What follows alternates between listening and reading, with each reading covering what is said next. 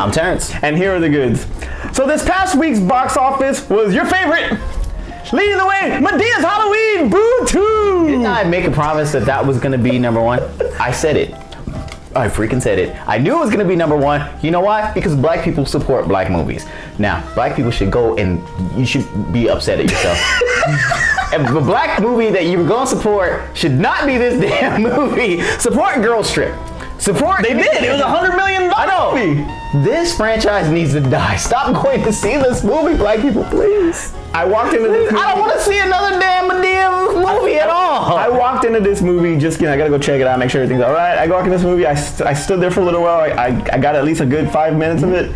And that movie is freaking horrible. It is. It's not even funny, man. I mean, there's like not one thing that was funny about that movie. It's one of those movies where like people have just got caught up in the character themselves that they don't really care about the content. They just really was like, oh, that character's back on screen. That character is so funny. It's kind of like how I say people enjoy Kevin Hart. And that's so true. They keep casting them. All right, anyway, so Medea's Halloween scored hit. It was $28 million for its first week, beating out the three other new movies that came out. Geostorm, number 2. Who went to go see Geostorm?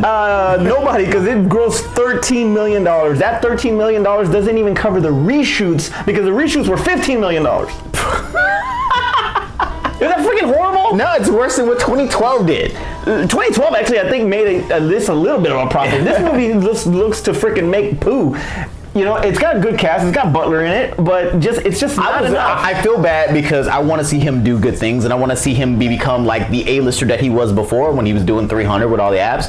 But this is not the movie to make the comeback with. And it's like, don't fall off into obscurity to where we're going to be looking at you on Sci-Fi Channel in a minute. Please don't. I don't want to see you in a Sharknado. Right now it's with Mahoney and freaking dude from 90210 and all that. Mm-hmm. So this movie made $62 million worldwide. It was about a good $150 million to make this movie. It stands to lose $100 million. When you're freaking looking at it from a marketing cost and all that stuff, it's really, really bad. And they give Green Lantern crap. So Happy Death Day, last week's number 1, is number 3 this week with $9.3 million. Did you watch it yet? I still have not seen it. You got outvoted. That's right. It's gonna hang in there another week because of Halloween. Yes, it is. But from first week to second week, it dropped 64%. So, do you think you think they'll release it on DVD or not DVD? I'm sorry, I'm showing my age. They release it. I don't think they'll release it on Betamax. Yes. On video on Groundhog's Day. That would be awesome. That would be awesome. They released it in a 2-pack with Bill Murray. Number 4. Number 4 is Blade Runner. $7.1 million. That's sad if you got beat out by Happy Death Day and Medea. Yeah, you need that franchise is done. Not even close. You hear that? All right. Go see Blade Runner 2049. Number 5, Only the Brave. $6 million. Not too bad. Beating out The Foreigner, your favorite. I figured it was going to be up there. I mean, like, it wasn't really competing with much. Yeah, but still, I mean, it's like the box office wasn't going to be that big. I'm surprised that it did anything because of the California fires and all the people that have, So you really thought they were going to be like too soon? Yeah, I thought it was a too soon movie, but you know what? Hey, you could say too soon with Geostorm. Yeah, that's very true. That's very true. And you know what? They're actually saying that contributed to reason why people aren't going to watch this because of all of the, the hurricanes and all of the destruction that has happened. Since this is that's the reason why people don't want to see Geostorm. Not because it's a bad movie. Yeah, that's the real reason. Yeah, that's the real reason. All right, so coming up is the rebooted in the Saw franchise, Jigsaw, is coming out for this Halloween weekend. It just looks a little bit like, just looks a lot of the same thing over and over again. So I'm not excited to see this at all. They ran the Saw franchise into the dirt back then. But wait, let's put Jig in front of it. There you go. It's completely different. Yeah, but still the same. Yeah, exactly. So I don't know. We'll see how that does. It more than likely it will. It's Halloween. It's gonna be number 1. But you know what will be awesome is if Medea's gonna take it again. No, if it comes all the way back, wouldn't that be something? If it comes all the way back. Is it still in the theaters? Yeah. It might. Don't make it puns again. All right, here we go. So the Justice League runtime was released. Yes. And it is, at first when Zack Snyder was on board, it was looking like this movie was going to be about 3 hours long. Now the runtime has been released and it is only basically 2 hours. Which I'm okay with, because the reason why he was doing it, the reason why Warner Brothers said like, okay, do as long of a movie as you want to, because of the backlash they got from BVS. So they wanted to say, look, BVS was 2 hours and 30 minutes. Yeah, but we cut all the stuff out from the Ultimate Edition, and we're like, that makes more sense to the movie because you cut all that stuff out. Now we better understand it. So they were like, look, we're not gonna cut this movie up. We're gonna let you do whatever you want and tell the story that you want. You can make it as long as you want to. And then you look at how basically it wasn't as focused as it needed to be. And that's when his name was right on the tip of my tongue, and then I forgot it. Director. Zack Snyder? No. The new one? Whedon? Whedon, thank you. Josh Whedon came in there and said, hey, look, this is how we can streamline this movie and still tell a good story. Now, I'm saying that, not seeing the movie, and then we can walk out of that movie like, man, I didn't get a lot of the stuff that went on, and then we'll get that 3-hour extended cut like we did with Zack Snyder. Do you think that maybe it was because they were kind of afraid of making this too epic? This is the first time you've seen all of these characters on screen, similar to how the way Avengers was, and Avengers is about a pretty good lengthy movie too. Mm-hmm. So to actually break out of the norm and not make it a 2 hour and 30 minute. Do you think do you think that's a little bit just to be a little bit different than Marvel?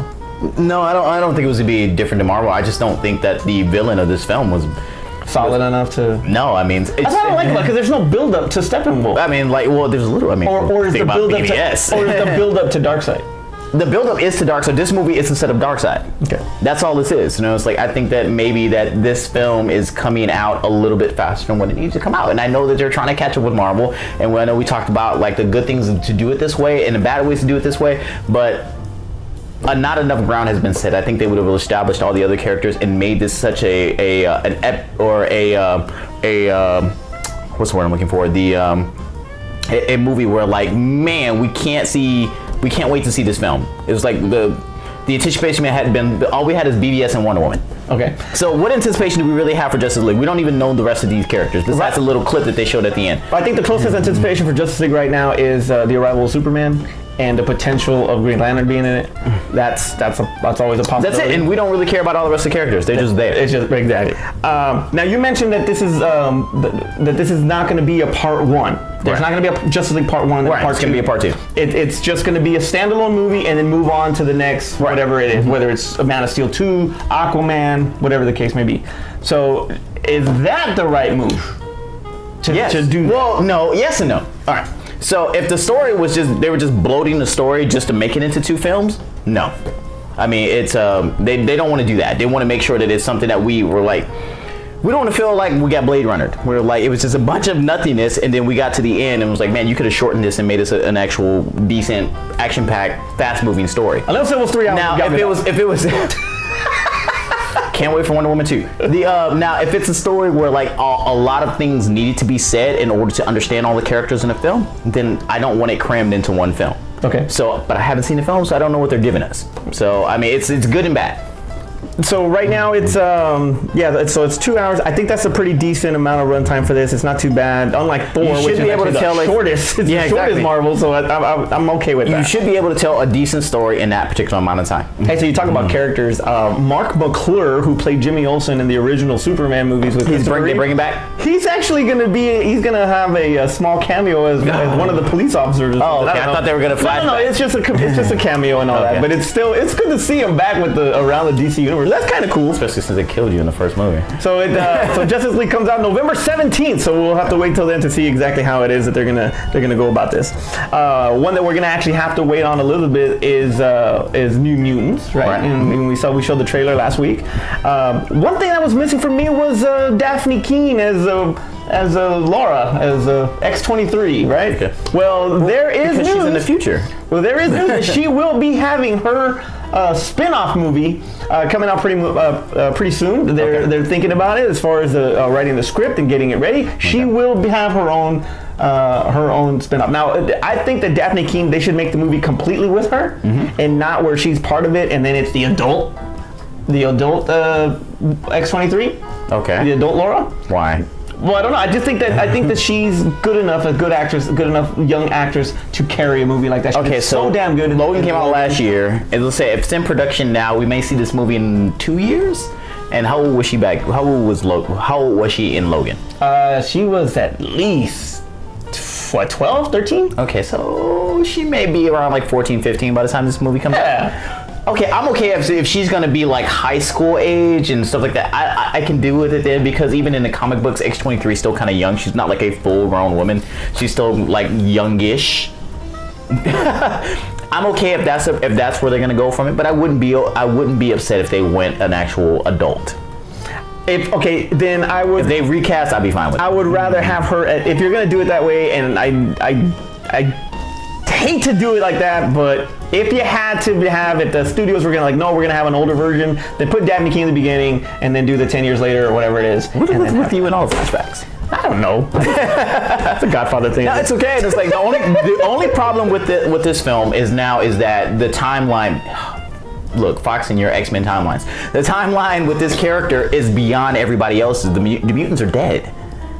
That was the point of Logan. So it would be a hell of a lot. She was the one thing. I mean, outside of who she met going to Canada. But you had those groups of kids that were with her. So. Yeah, that basically we're going to meet Alpha Flight. And if you are a big comic book, or especially in in the mutant circle of continuity, that's the word I'm like, in the mutant continuity, then you know who Alpha Flight is, because that's basically who they were going to go meet in Canada. So I guess they could do that, and they could show her in Canada, but I don't remember any stories that really had to do with her being in Canada. So I don't know what they were going to do with this film. I would like them to put her in X-Force, but then that means you have to fast forward Deadpool and the rest of the New Mutants. To catch it up.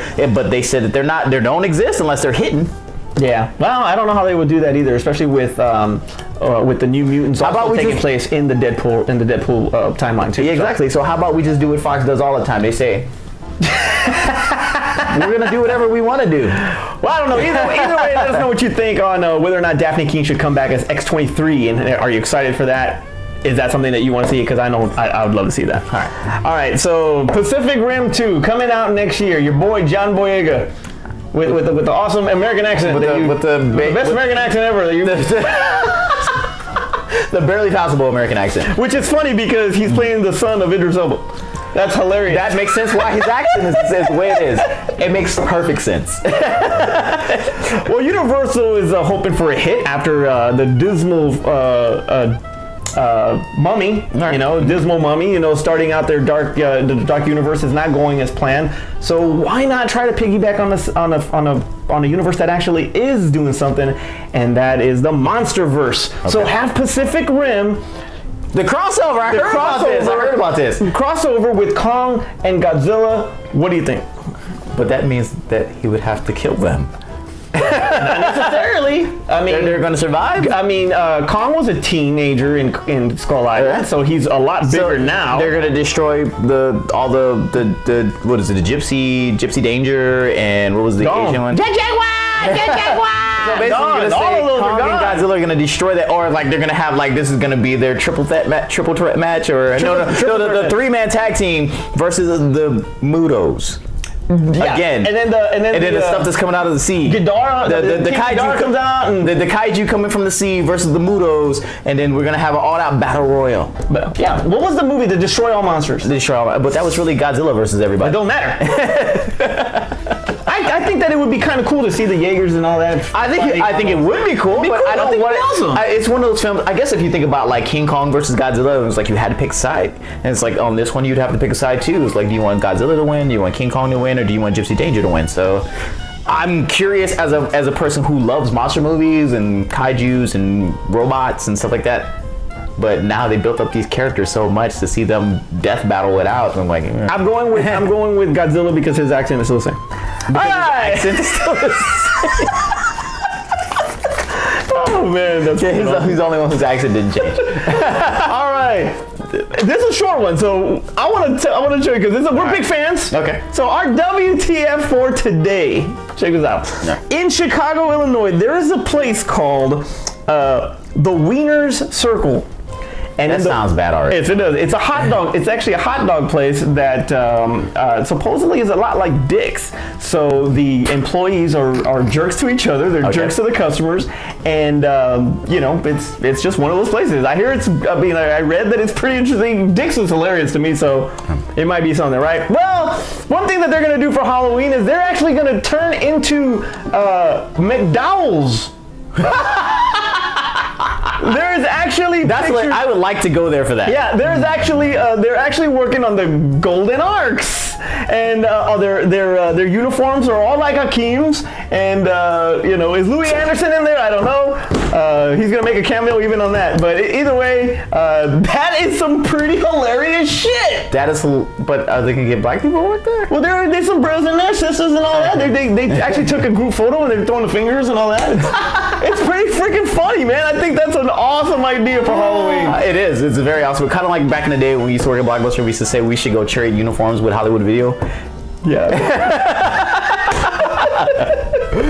I was like, I would be excited to see it. Too bad they don't have them here. So yeah, and then they have, and it's gonna be, like I said, this is just for Halloween. So they're dressing up the restaurant to look like this, and the uniforms and all that, just for Halloween. I think it's a freaking awesome idea. It's hilarious. Take a picture, and it was like going like with the mop and stuff like that. Yeah. Can Sam Jackson go rob this place, please? Somebody come in a trench coat. Get Sam Jackson to rob this place, and that's it for me. I'm sold. I'm there every day. It's like it'll be a real robbery, and then like people. Who the is this? Terrence, take us home. Oh my God! As always on the podcast, we make sure that you guys comment below if you're a big fan of Coming to America and you want to go see this, or if you do get a chance to see this. Hey, let us know. You have our social medias on for the Goods podcast, the Goods channel, the Goods channel, the Facebook, Twitter, Instagram, all that stuff. Send us a picture. We'd love to see it. Also, too, if you subscribe, make sure you actually click the notification button so that way you're aware of all the videos when they do come out, because I'm trying to get better with posting them and I don't post them in weird hours anymore. So when you get notified, it will be at a time that you are awake. Oh man. For Aspen and Art, wherever the hell they're at, I'm Manny. I'm Terrence. And that was the Goods. No, not that one. It was that's the one you were freaking out. No, it was the black dude from Mahershala Ali. Yeah, I couldn't say that one for the for the life of me. Okay, so but you can't say Chiwetel Ejiofor. Chiwetel emoji. Got it.